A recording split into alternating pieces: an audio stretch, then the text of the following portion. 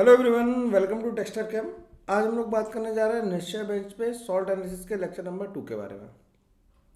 Lecture number 1 में हम लोगों ने ये चेक कर दिया था कि एसिडिक रेडिकल किन्हें बोलते हैं, बेसिक रेडिकल किन्हें बोलते हैं, और हम लोगों ने ग्रुप वाइज सबको कैटेगराइज करके सबके कैटाइंस और एनाइन लिख भी लिए थे। फिर हम लोगों ने बात की थी कि एसिड रेडिकल्स की जब स्टार्टिंग करी थी तो हमने कार्बोनेट का टेस्ट किया था और सल्फाइड का टेस्ट किया था। 2 टेस्ट किए थे। आज हम लोग फर्स्ट ग्रुप को कंप्लीट करेंगे, ठीक है।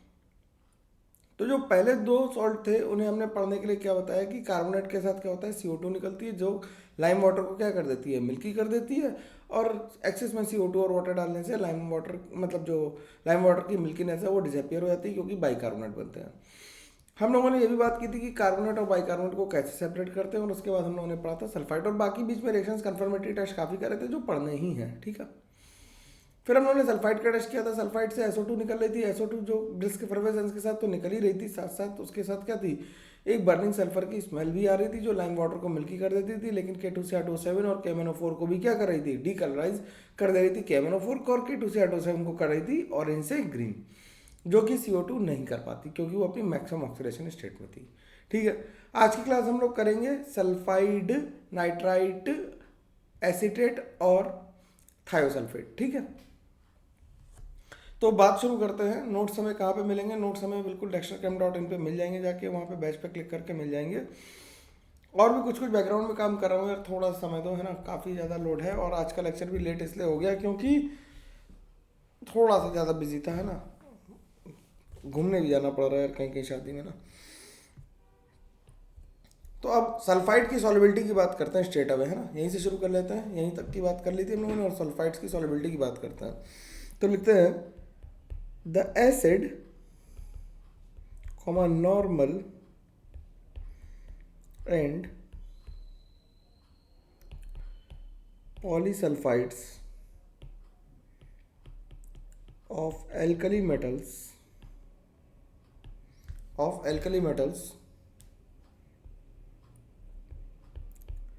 are soluble in water यानी एल्कली मेटल्स के कैसे भी सल्फाइड हो, सारे कैसे होंगे, वाटर में सॉल्युबल होंगे। और सॉल्युबिलिटी वाली बात पसंद आ रही है तो बताना कि ये यही तरीका है इनऑर्गेनिक पढ़ने का, है ना। देयर एक्वा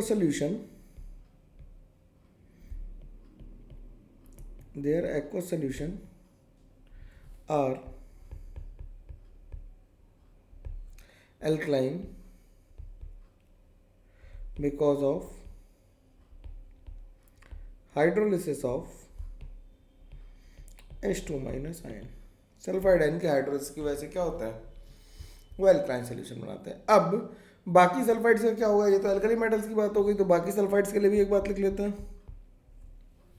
बाकी सल्फाइड्स के क्या लिखेंगे, तो the normal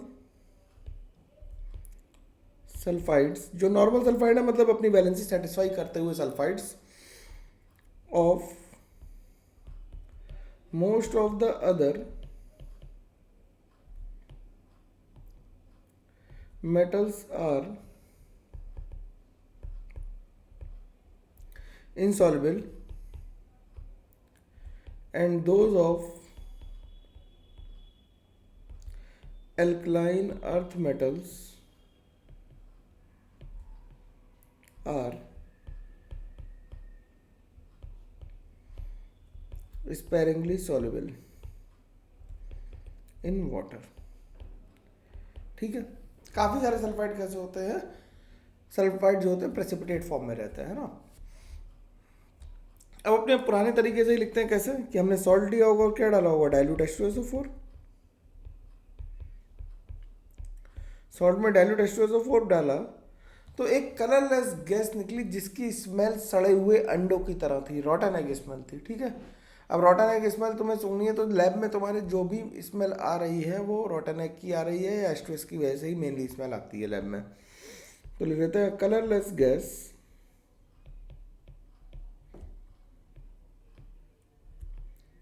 having smell like rotten egg and suffocating odor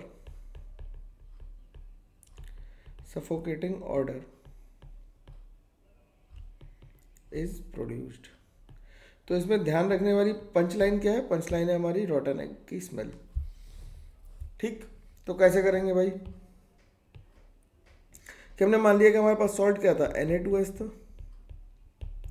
Na2S को H2SO4 के साथ ट्रीट कराएंगे तो क्या बन जाएगा?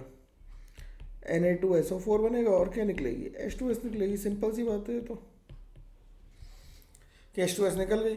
जो H2S थी, तुम लैब में क्या करते हो कि लेड एसीटेट से मॉइस्ट पेपर को कितने लोगों ने एक्सपेरिमेंट किया लैब में, ये बताना मेरे को। ये तो सब जगह लैब में होता ही है कि H2S जो इवॉल्व हो रही है उससे लेड एसीटेट से फिल्टर पेपर को क्या कर लेते हैं? भिगो लेते हैं और फिर टेस्ट ट्यूब के ऊपर रख देते हैं। तो उससे क्या होता है कि PBS का ब्लैक प्रेसिपिटेट आ जाता है और एसिटिक एसिड बन जाता है। ठीक, या अगर हमें कैडमियम एसीटेट मिल जाए लैब में, इन जनरल लेड एसीटेट होता है, किसी किसी के लैब में अगर कैडमियम एसीटेट हो तो बताना मेरे को। तो इससे CDS का येलो PPT आता है। CDS का कैसा प्रेसिपिटेट आ जाता है? येलो प्रेसिपिटेट आ जाता है। सिंपल सी बात है, ज़्यादा मुश्किल बात नहीं है। अब सल्फाइड में सल्फर जो है वो -2 स्टेट में, तो कोई भी ऑक्सीडाइजिंग एजेंट, ये इंपॉर्टेंट रिएक्शन होने वाली है बहुत ज़्यादा, है ना। ये तुम इसे P ब्लॉक मानो या फिर तुम इसे S ब्लॉक मानो या फिर इसे सॉल्ट एनालिसिस मानो, कुछ भी मानो, लेकिन ये रिएक्शन इंपॉर्टेंट है। तो P ब्लॉक करते हुए भी ये रिएक्शन तो आ ही सकती है ना। तो क्या होगा कि MnO4- कैसा है? पिंक या पर्पल?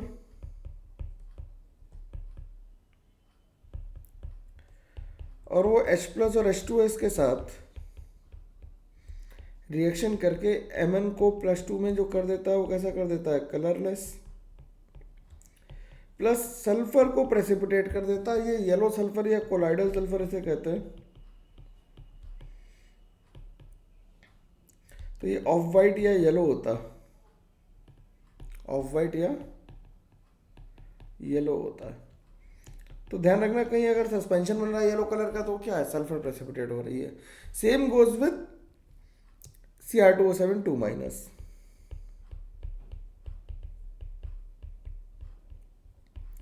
वो H2S और वाटर के साथ रिएक्शन करके क्रोमियम +3 सल्फर प्रेसिपिटेट और H2O।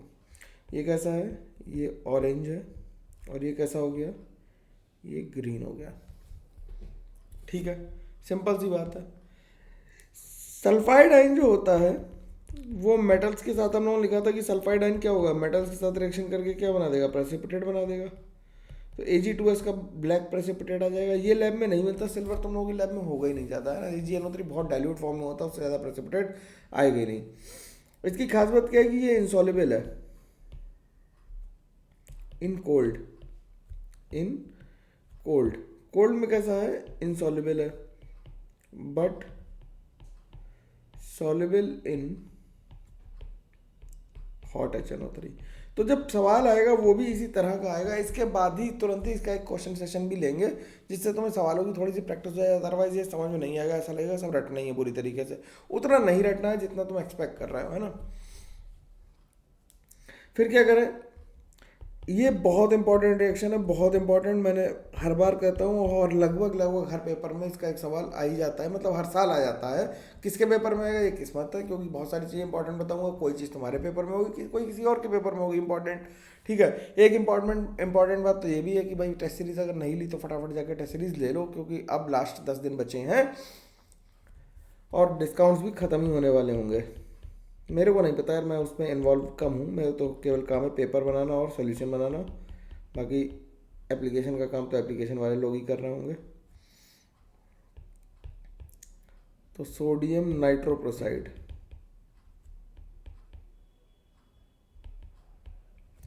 ठीक। तो इससे क्या बन गया? Na4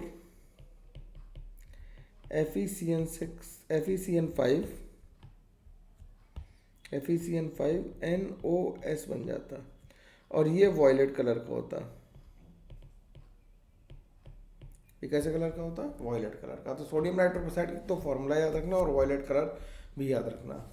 अब इसके बाद बात आती है मिथाइलिन ब्लू टेस्ट के लिए।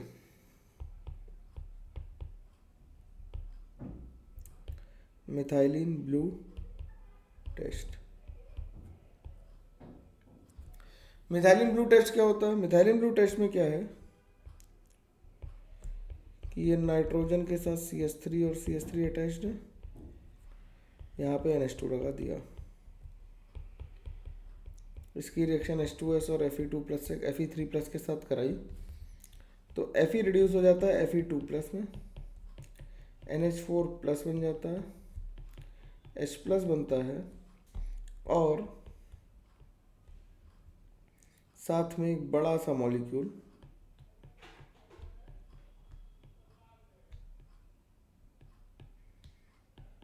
NCH3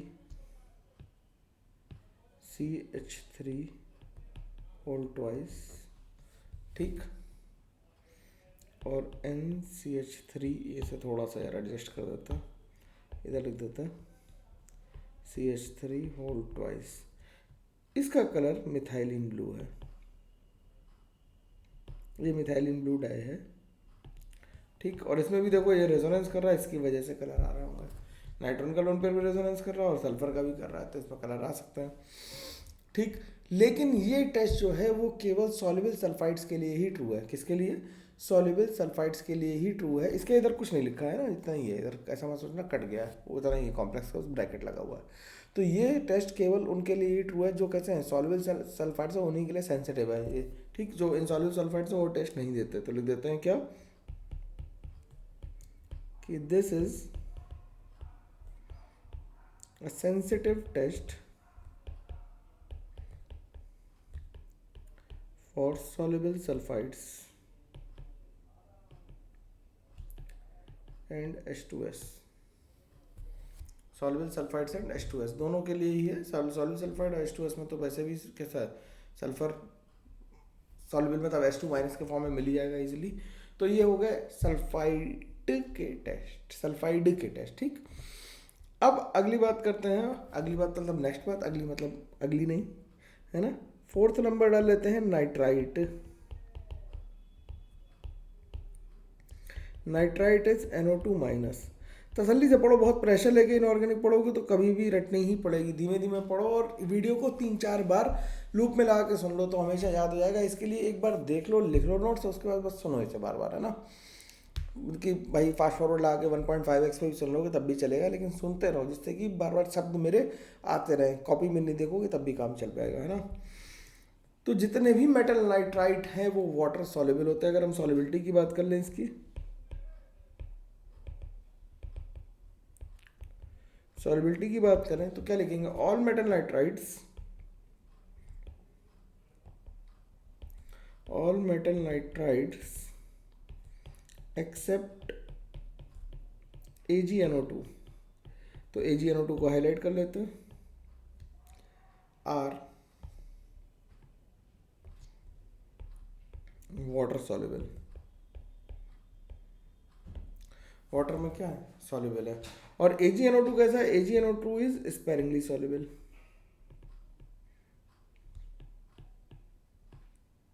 क्या है, स्पेरिंगली सॉल्युबल है, ठीक है। सिंपल सी बात है, ज़्यादा मुश्किल नहीं है।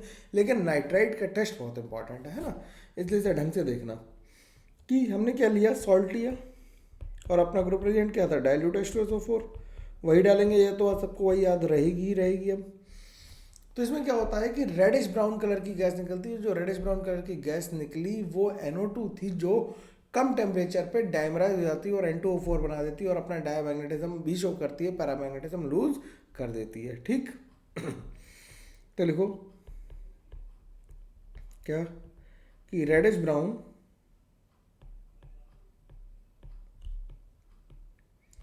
Gas is produced which when passed through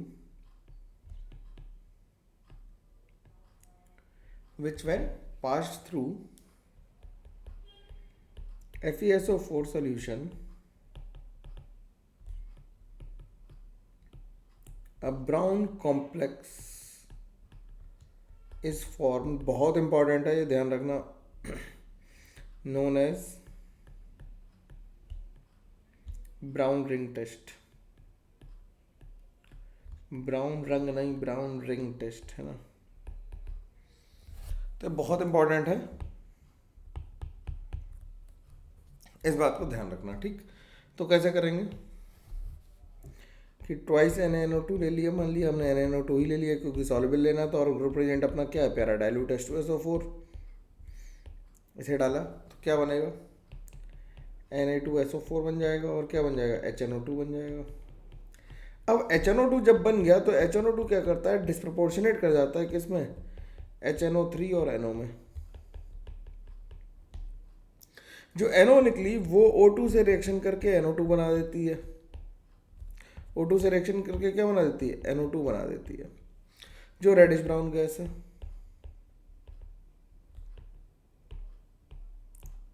जो कैसी है, रेडिश ब्राउन गैस है। और कैसी है, पैरामैग्नेटिक इन नेचर है। कैसी है, पैरामैग्नेटिक इन नेचर,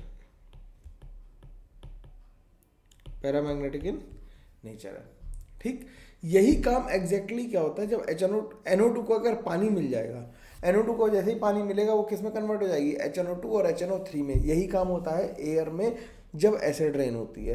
तो क्या होता है कि नाइट्रोजनस बैक्टीरिया बहुत ज़्यादा होता है, थंडरिंग होती है, तो N2 और O2 मिलके NO बना देती है, NO से NO2 बन जाता है, NO2 से फिर HNO3 बनता है, और HNO2 बनता है, और वो साइकिल चलती रहती है। तो एसिड रेन का ये सॉइल पोल्यूशन का एक कारण भी है एसिड रेन, जिसे कहते हैं बर्कलैंड आयड मेथड। क्या कहते हैं, बर्कलैंड आयड मेथड। ये पी ब्लॉक करेंगे तो उसमें मैं बताऊंगा, पी ब्लॉक भी पढ़ाऊंगा थोड़ा सा, है ना तुम लोगों को। FeSO4 प्लस NO, जो NO निकली वो क्या करिए, अगर हम FeSO4 सोल्यूशन में डाल दें तो FeSO4.NO, या फिर इसे क्या कहते हैं, FeSO4 को ऐसे लिखते हैं FeH2O5। अगर हम कॉम्प्लेक्स लिखते हैं, ब्राउन रिंग कॉम्प्लेक्स बहुत ही पॉपुलर कॉम्प्लेक्स है, तो इसकी ब्राउन रिंग बन जाती है। क्या बन जाती है, ब्राउन रिंग बन जाती है, ठीक। अब ब्राउन रिंग टेस्ट करने के लिए क्या जरूरत पड़ेगी हमें, किस बात की जरूरत पड़ेगी, ये भी समझने की जरूरत है। तो अगर कोई ऐसी गैस या कोई ऐसा कॉम्प्लेक्स या कोई ऐसा एनाइन या कैटाइन ऐसा है जो खुद ब्राउन रंग का आ रहा है, तो उस टेस्ट में ये काम नहीं करेंगे, ठीक। जो Fe के साथ ब्राउन रंग कलर दे दे, तो I minus, Br minus and other coloured anions और cations should be absent that can give लिख देते हैं, that can give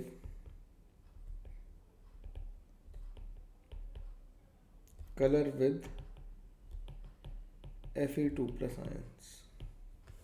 Fe2 plus के साथ जो कलर देंगे वो क्या होंगे, वो एब्सेंट होंगे, ठीक, होने चाहिए मतलब, ठीक। तो अगर हम इसमें क्या करें, Ag प्लस डाल दें और NO2 माइनस है, तो ये तो स्पेरिंगली सॉल्युबल है, तो क्या बन जाएगा, AgNO2 का वाइट क्रिस्टलाइन प्रेसिपिटेट बन जाएगा। क्या बन जाएगा, वाइट क्रिस्टलाइन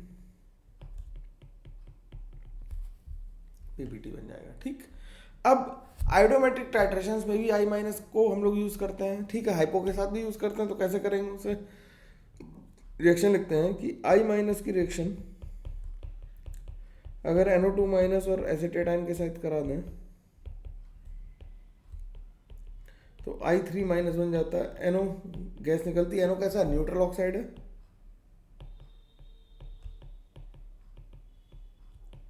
ठीक, एसिटिक एसिड बन जाएगा या एसिटेटाइन बन जाएगा और वाटर बन जाएगा। जो I3 माइनस है ये क्या करता है, gives blue colour with starch solution, gives blue colour. और ये सारी बातें आगे पीछे कहीं ना कहीं यूज होंगी, तो इसलिए ध्यान से।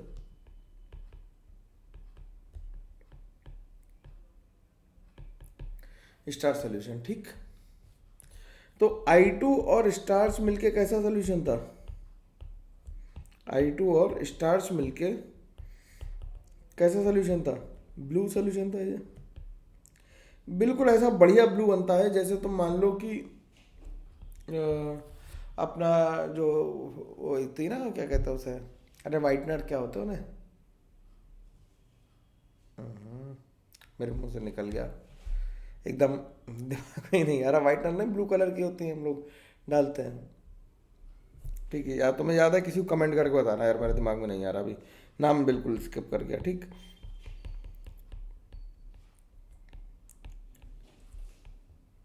तो Na2H2O3 यानी हाइपोसिस से ट्रीट कराते हैं तो ये I माइनस में कन्वर्ट हो जाता है, Na2S4O6 बन जाता है, ठीक। और ये कैसा हो जाता है, कलरलेस। तो ये ब्लू कलर इसका चला जाता है, तो इसे I2 को टाइट्रेट करने का ये हाइपो से एक तरीका होता है। इसी तरह से अगर हम NO2 माइनस की रिएक्शन KMnO4 से करा दें तो MnO4 माइनस और H प्लस कैसे कलर के, पिंक कलर का है। ये तो पिंक कलर का है, तो ये किसमें कन्वर्ट हो जाएगा, ये Mn2 प्लस में होगा, NO3 माइनस में होगा और H2O में होगा। तो ये कैसा बन जाएगा, ये कलरलेस बन जाएगा, ठीक। टेस्ट देने बहुत ज़रूरी रहेंगे, जो टेस्ट देंगे मैं बिल्कुल श्योरिटी से कह रहा हूँ, उनसे मैं तो एक तो बात करूँगा हर हफ्ते। जिस मेंटरशिप की तुम्हें रिक्वायरमेंट है मैं उसमें बात भी करूँगा तुमसे। और फर्स्ट मेंस के बाद हम लोग एक बड़ा सा सेशन रखेंगे, होपफुली यूट्यूब पे मैं कर पाऊँगा तब। तो एक बड़ा लाइव सेशन रखेंगे यूट्यूब पे लाके, इसमें तुमसे बहुत सारी बातें कर लेंगे, ठीक है ना। 2 घंटे 3 घंटे जब तक तुम चाहोगे तब तक चलेगा वो।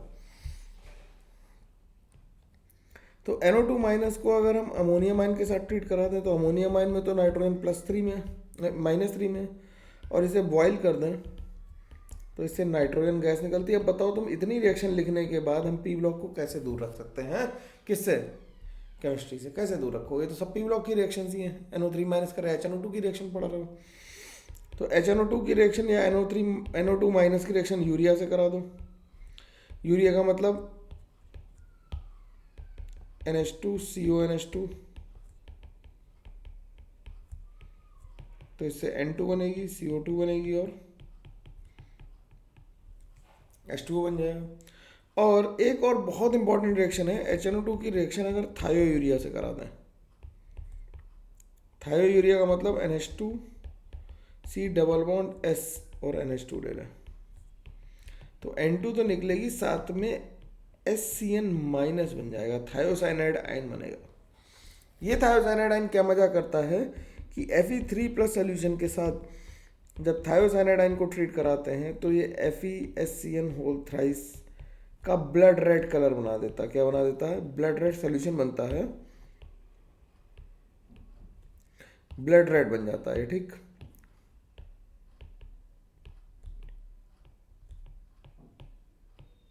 प्रेसिपिटेट नहीं होता, सोल्यूशन होता, ध्यान रखना, ठीक है। ब्लड रेड कलर आ जाता है, तो इससे हमें ये पता लग जाता है कि थायोयूरिया से HNO2 ने रिएक्शन की, ठीक। तो ये भी खत्म हो गया। अब इसके बाद नंबर 5 पे आया, तो 10 मिनट तो लगेंगे ये करने में। तो नंबर 5 पे क्या आया, नंबर 5 पे आया एसीटेट, CH3CO माइनस को हम क्या कहते हैं, एसीटेट आयन, ठीक। अब एसीटेट आयन का टेस्ट करने से पहले एक प्रिकॉशंस लेते हैं कुछ, है ना। तो वो पहले लिख लो। सॉल्युबिलिटी की कोई खास ज़रूरत नहीं, एसीटेट सॉल्ट की सॉल्युबिलिटी की ज़रूरत नहीं पड़ती। जैसे सिल्वर का एसीटेट कैसा होता है, स्पैरिंगली सॉल्युबल होता है, लेड का स्पैरिंगली सॉल्युबल नहीं होता, स्पैरिंगली सॉल्युबल नहीं होता, वो तो सोल्यूशन होता है ना। तो वो भी धीरे देख लेंगे। तो क्या हुआ, before testing acetate ion in aqueous solution it must be made sure, क्या करना है, that solutions में से कुछ आयंस नहीं प्रेजेंट होने चाहिए, solution that the solution does not contain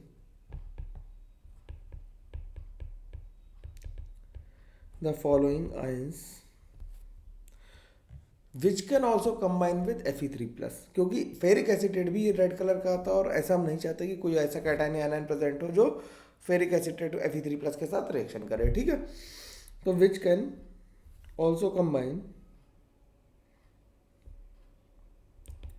which can also combine with Fe3 plus, Fe3 plus के साथ उसे कंबाइन नहीं ही होना चाहिए। तो कौन कौन से नहीं होने चाहिए, कार्बोनेट, सल्फाइट, फॉस्फेट और आयोडाइड। ठीक, अब इन आयंस को रिमूव करने का तरीका क्या है? तो सिल्वर डाल दो, देखो सिल्वर सबके साथ प्रेसिपिटेट बनाता है। तो these ion can be removed, in ions को हटाएंगे कैसे भाई? हमें हटाने थे, इसका तरीका भी हमें बताना पड़ेगा। These ions can be removed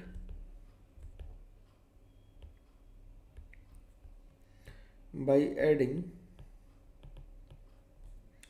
AgNO3। ठीक, तो इसका टेस्ट करने के लिए तुमने क्या किया होगा? लैब में सॉल्ट को हथेली पे रख के क्या हुआ, पानी के साथ थोड़ा सा घिस के स्मेल कर लो ऐसे करके, तो विनेगर की खुशबू आएगी। विनेगर की महक तो तुम सब लोग जानते हो, तुम्हारे घर में सब में रखा होगा एप्पल साइडर विनेगर, देख लेना उसका, है ना। तो लिखो सॉल्ट प्लस हमने क्या लिया? डाइल्यूट H2SO4 रिएजेंट, तो अपना ग्रुप रिएजेंट तो नहीं चेंज कर रहे हैं हम लोग। तो इससे क्या निकलेंगे? कलरलेस वेपर्स निकलेंगे, हैविंग स्मेल लाइक विनेगर। तो लिख देते हैं कलरलेस वेपर्स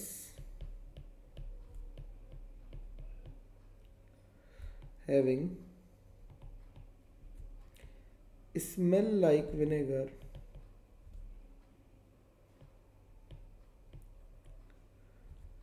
आर फॉर्म्ड। ठीक, तो सॉल्ट क्या रहा होगा? सॉल्ट इन जनरल जो रहा होगा वो सोडियम एसीटेट रहा होगा। तो सोडियम एसीटेट की रिएक्शन करा दी H2SO4, और H2SO4 दिल वाला है, दिल वाला मतलब डाइल्यूट H2SO4 है, तो क्या बन गया? CH3COH बन गया और Na2SO4 बन गया। ठीक, अब सिल्वर अगर सोडियम एसीटेट की रिएक्शन अगर न्यूट्रल FeCl3 से करा दी जाए, न्यूट्रल FeCl3 से करा दी जाए, तो इससे Fe, मैंने बताया ना ब्लड रेड कलर इससे भी आता है। तो फेरिक एसीटेट का कैसा ब्लड रेड कलर आएगा? तो ब्लड रेड कलर हमें दो जगह दिख गया, कौन कौन सा? एक बन गया हमारे पास FeSCl बोलता रहा इसका, और एक फेरिक एसीटेट का। ठीक है, अब जो हमें लैब में FeCl3 मिलता है वो इन जनरल एसिडिक नहीं होता, उसे एसिडिक होता है, उसे न्यूट्रल बनाना पड़ता है। तो उसे न्यूट्रल बनाने के तरीके क्या, कैसे हम उसे न्यूट्रल बनाएंगे, इस बारे में बात करते हैं। तो लिख लेते हैं, ये बहुत इंपॉर्टेंट बात है। कितने लोगों को पता था ये कि ऐसा करते हैं? सर कमेंट करके जरूर बताना मेरे को, है ना। नोट क्या है? The FeCl3 solution supplied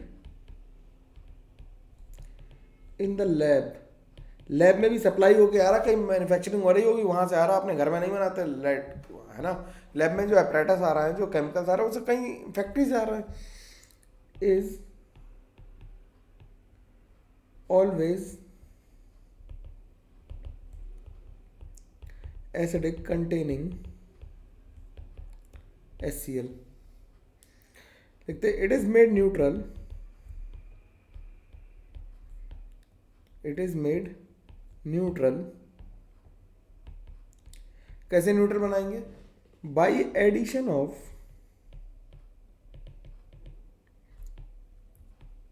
dilute solutions of NH4OH drop by drop with constant stirring। ठीक, लगातार हिलाते हिलाते ऐसे ऐसे करके हिलाते जाएंगे, और फिर उसमें क्या करेंगे? तब हम इसमें ड्रॉप बाय ड्रॉप करके क्या डालेंगे? NH4OH डालेंगे। कब तक करेंगे ऐसे? टिल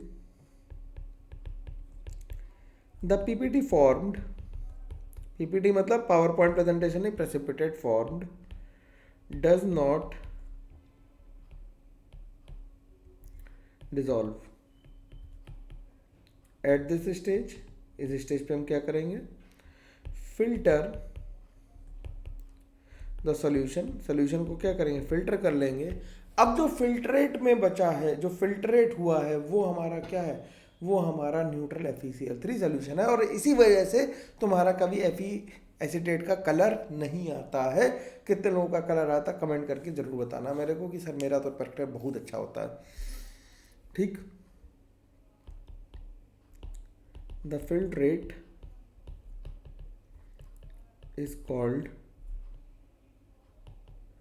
neutral FeCl3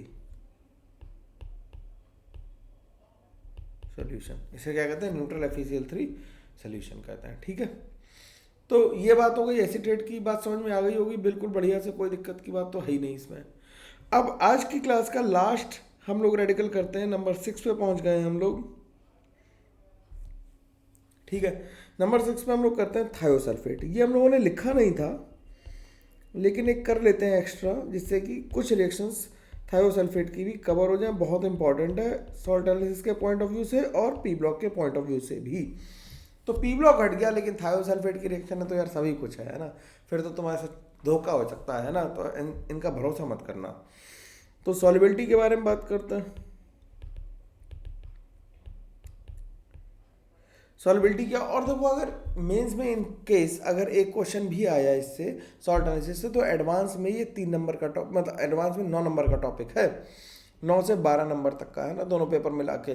तो इसे इसलिए बढ़िया से कर लो कि बिल्कुल एडवांस लेवल तक ले चलूँगा मैं, पढ़ाते पढ़ाते धीरे धीरे, है ना, बहुत पढ़ाऊँगा बहुत लिखाऊँगा, है ना। तो इसे इस तरह से कर लो बिल्ड कि ये एडवांस में भी आए तब भी हम लोग इसी लेक्चर से काम अपना चला लें।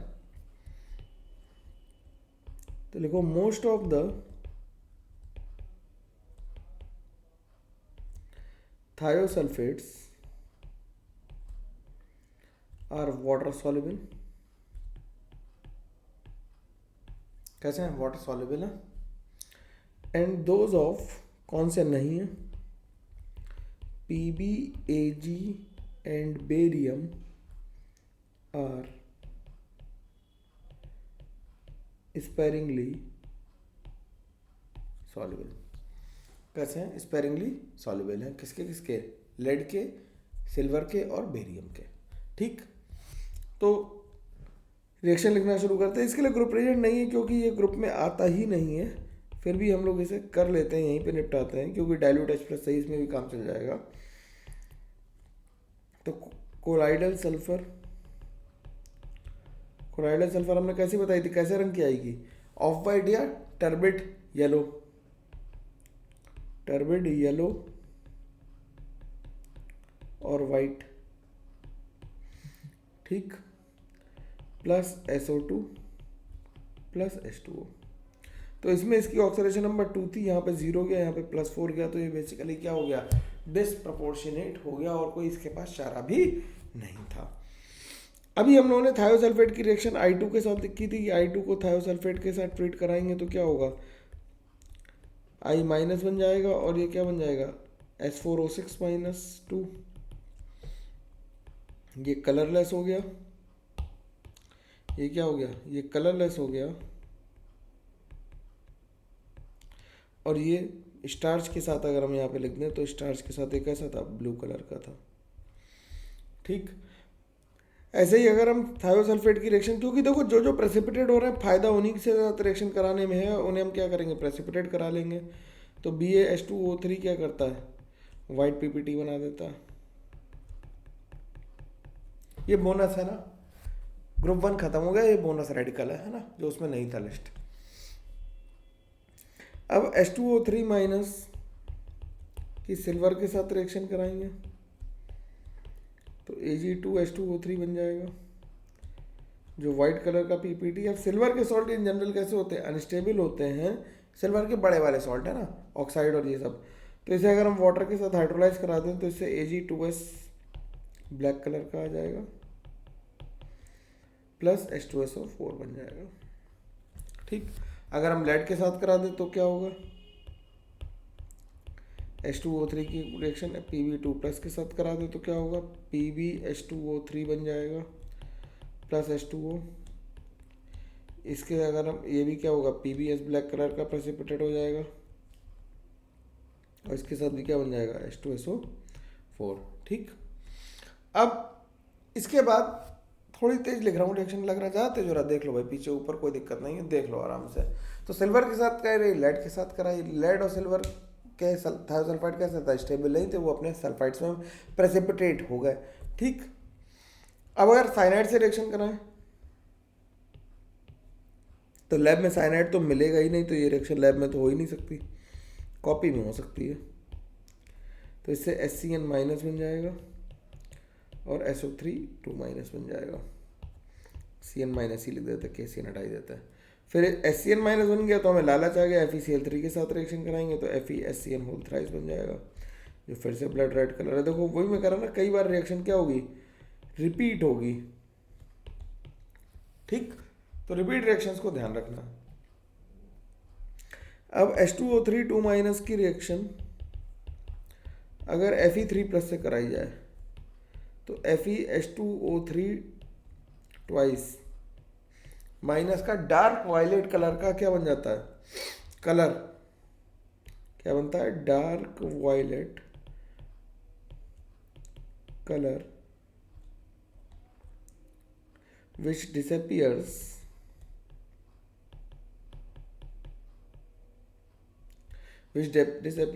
on standing rapidly.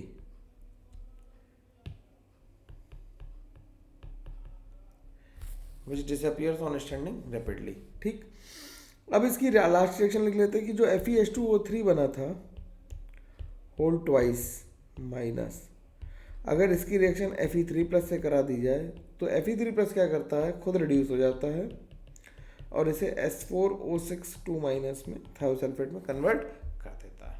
इसीलिए ये कैसा होता है, कलर डिसअपियर हो जाता है, क्योंकि अगर Fe3 प्लस यहाँ बच गया, ये वाला Fe3 प्लस अगर बच गया तो वही ये रिएक्शन को कॉज कर देगा, तो ये खत्म हो जाएगी। तो एरो हटा देते हैं।